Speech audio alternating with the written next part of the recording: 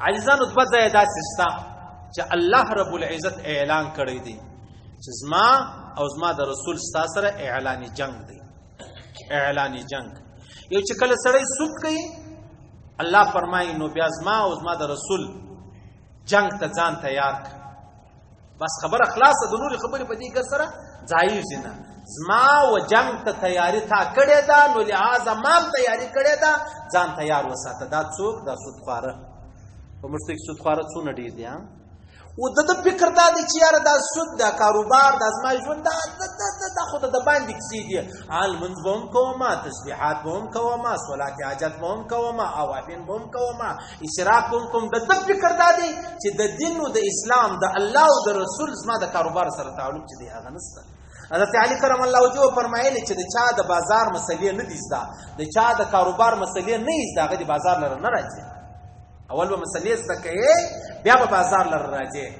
یو ځای دغه دی چې الله فرمایي زما اعلان جنگ دی د هغه چا سره چې هغه سود کوي. سود او د سود خو ډېره لویه ګناه ده. د الله رسول فرمایي مخکې خبرې ډېرې تېرې شوې دي، د سود یو روپۍ چې سړی وخوري عاجزانو 14 سړی زنا وکړي څو سزا یې ده؟ د دې یوې روپۍ سزا ورباندې زیاته.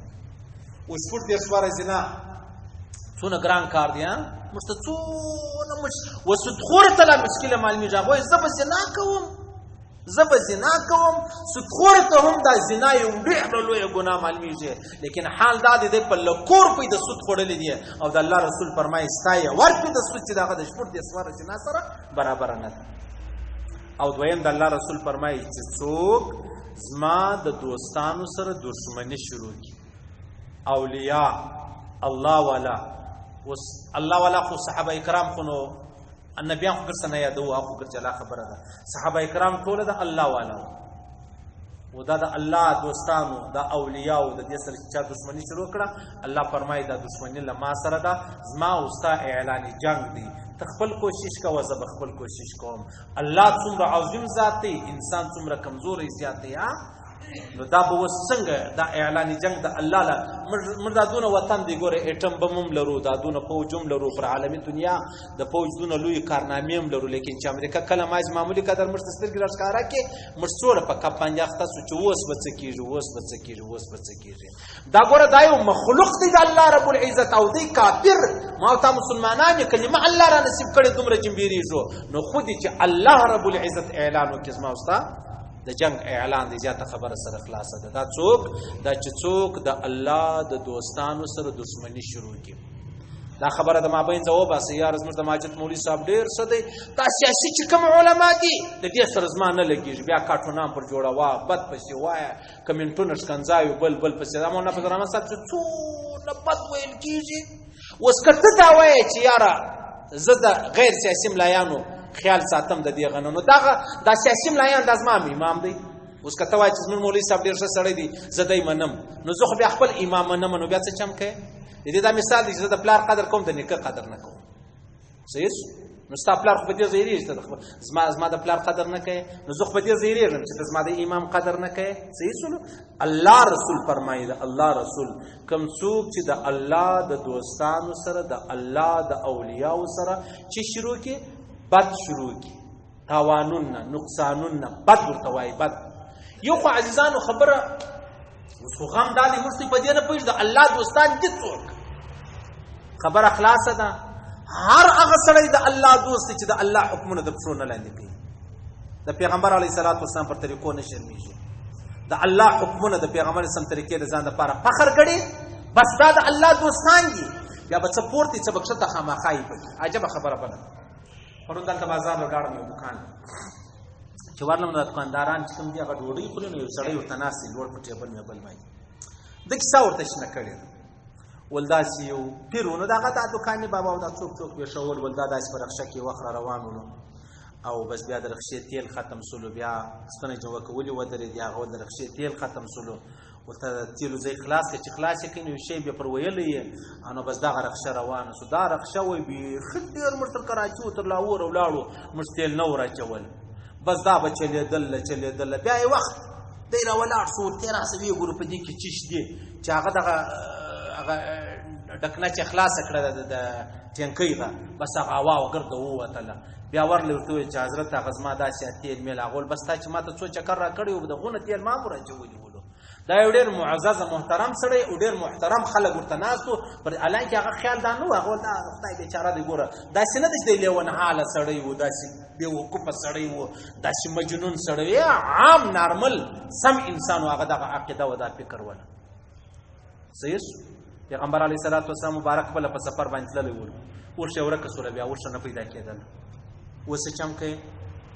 پیغمبر علیه صلات وسلام مبارک به ویلې پر لارې به روان وو، صحابه کرام به ورسره ولو چې پر ورشه باندې به یا به یو صحابي ناست و، پیغمبر اسلام به ورشه کشوله داسې ځای هم رالی، بیا بل ځای پیغمبر علیه صلات وسلام مبارک و، صحابه ورته ویل یا رسول الله ته داسې وکړه دا زموږ وار موږ تا ته درکو. نه نه نه نه نه دا زموږ وار موږ و تا ته درکوو. ول نه نه داسې خبره نه ده، زوم انسان یم تم انسانان یاست پروا نه لري. دلته د محمد رسول الله صلی الله علیه وسلم مبارک دغه حال و او بل طرف ته ستا د نن ورځ د لیونیانو هغه حال دی. نو د دې سړي په فکر باندې محمد رسول الله غټ سړی دی، آیا که دا لیوني غټ څخه دی؟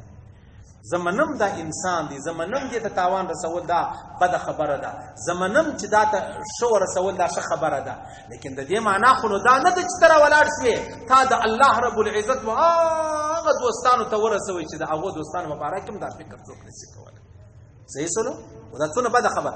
اوس اولیا دا دي چې د الله حکمونه د پیغمبر علیه السلام په طریقو نه شرمېدئ، د الله حکمونه د پیغمبر علیه السلام طریقو باندې فخر کوئ، معلومه خبره ده. زم انسان یم تم انسان، انسان دی خامخا به ګناه جنې کېږي.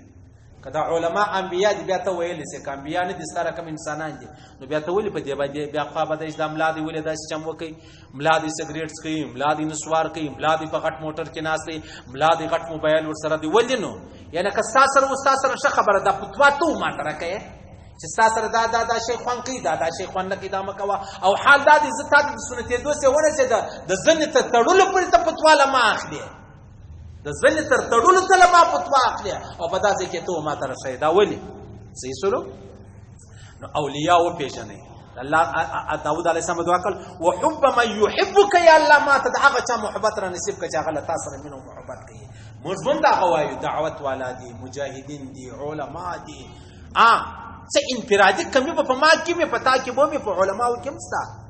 د دې دا معنا نه ده دا فرشتې نه دي، فرشتې انسانان دي، خامخا به بد ځینې کېږي، خو د هغه معنا دا نه ده لکه ته چې بیا کوم معنا کوي. صحیح سلو. وحب من یحبک دا بیا دعا کوله یا الله. نو اوس به موږ هم دا هغه وایو چې یا الله ستا مینه را نصیب کړه، د محمد رسول الله مینه را نصیب کړه. صحیح سلو. معنا یې د هغه جوړېږي د صحابه کرامو مینه را نصیب کړه. والعمل الذي يبلغني حبك یا الله ما ته داسې عمل را نصیب کړه چې هغه عمل بیا و ما ته ستا محبت را نصیب کړه. ما ته داسې عمل توفیق راکړه، د داسې نیکۍ توفیق راکړه چې هغه نیکي چې بیا کومه ده چې هغه کې بیا ستا محبت و ما ته را نصیب شي، یا زه پر تا باندې ګران سمه یا الله ستا پر ما باندې مینه راشي یا الله رب العزت داسې ټولې ما ته را نصیب کړه. هغه څه دي؟ هغه اشراق تهجد دی، همسایګانو سره ښه دي، د ظلم نه کول، ناجایزه نه کول، دو نمبرې نه کول، کساب دی، تناره والا دی، ریړۍ والا دی، دا ټولې خبرې بد به نه کوو ښه به کوو. دا هغه خبرې دي چې په دې سره انسان چیش ته رسېږي، په دې سره انسان و هغه ځای ته رسېږي چې د الله مینه ورباندې راشي یا د ده د الله سره محبت چې دی هغه پیدا شي. اوس اصلي خبره خو د هغه ده چې زما د الله سره محبت پیدا شي. یا الله داسې عمل و ما ته راوښیه، په داسې عمل ما برابر کا. هغه د دعوت تبلیغ لاره ده، هغه د جهاد لاره ده، هغه د علم لاره ده، هغه د خانقاه لاره ده، هغه شرک نه کول دي، هغه بدعت نه کول دي، هغه غیبت نه کول دي، هغه بهتان نه ویل دي، هغه نور نور نور نور د الله حکمونه چې کوم دي د هغو نافرماني نه کول. هغه که غواړئ ځان د مهمو اسلامي معلوماتو څخه خبر کړئ، د الحاج مولوي نورالدین اغا په نوم فیسبوک پاڼه خوښه او له نورو سره یې شریکه کړئ.